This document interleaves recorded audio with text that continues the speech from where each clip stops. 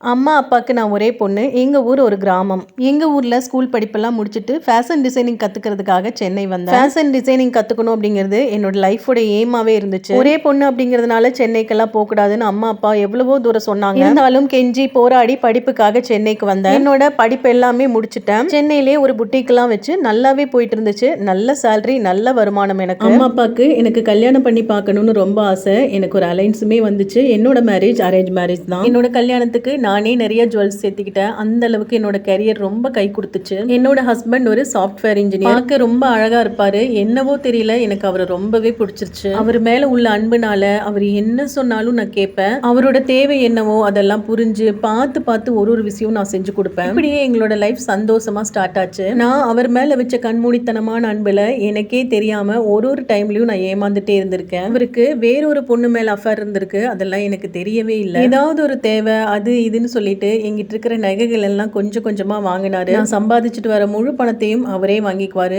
ஒரு கட்டத்துல அவரை என்னால சரியா கவனிக்க முடியலையோன்னு சொல்லிட்டு முட்டாள்தனமா எனக்கு பிடிச்ச கரியரையே நான் விட்டுட்டேன். ஒரு பிசினஸ் டெவலப் ஆகுறது அப்படிங்கிறது பெரிய ஒரு விஷயம். அதுக்கு பின்னாடி நிறைய உழைப்புகளும் டைமும் இருக்கும். ஆனா நான் கொஞ்சம் கூட யோசிக்காம முட்டாள்தனமா எனக்கு பிடிச்ச கரியரையே அவருக்காக விட்டேன். ஆனா அவர் எனக்கு கொடுத்தது ஏமாற்றத்தை மட்டும் தான். கடைசியில வேற ஒரு பொண்ணு கூட அஃபேர் வச்சு அந்த பொண்ணை கல்யாணமும் பண்ணிக்கிட்டாரு. இங்கிட்ட இருந்து வாங்கின நகை பணம்னு எல்லாத்தையும் அவளுக்கு கொண்டு போய் கொடுத்துருந்துருக்காரு. ஒரு கட்டத்துல தெரியும் போது நெஞ்சே சுக்கு நூறா உடஞ்சிருச்சு. இவருக்காகவா இப்படி எல்லாம் பண்ணணும் அப்படின்னு. இதுக்கு மேல ஏமாந்தா என்னை விட முட்டாள் இந்த உலகத்துல யாருமே இருக்க முடியாதுன்னு ஒரு முடிவுக்கு வந்தேன். அவரை டிவோர்ஸ் பண்ணிட்டு இனிமேல் எந்த ஆணுக்கும் நம்ம வாழ்க்கையில இடமே இல்லைன்னு தெளிவான ஒரு முடிவு எடுத்துட்டு சென்னையில அதே புட்டிக், நான் வச்சிருந்த அந்த புட்டிக்க பல போராட்டங்களுக்கு அப்புறம் அதை திருப்பி நானே வாங்கினேன். எனக்கு பிடிச்ச கேரியரை தொடர்ந்துட்டு கிராமத்துல இருந்த அம்மா அப்பாவையும் கூட வச்சுக்கிட்டு இன்னைக்கு சந்தோஷமா வாழ்ந்துட்டு இருக்கேன். நான் பண்ணின மாதிரி தப்பு நீங்க யாரும் உங்க வாழ்க்கையில பண்ணிடாதீங்க. யாருக்காகவும் எதுக்காகவும் உங்களுக்கு பிடிச்ச ஒரு கரியரை விட்டே கொடுக்காதீங்க. ஏன்னா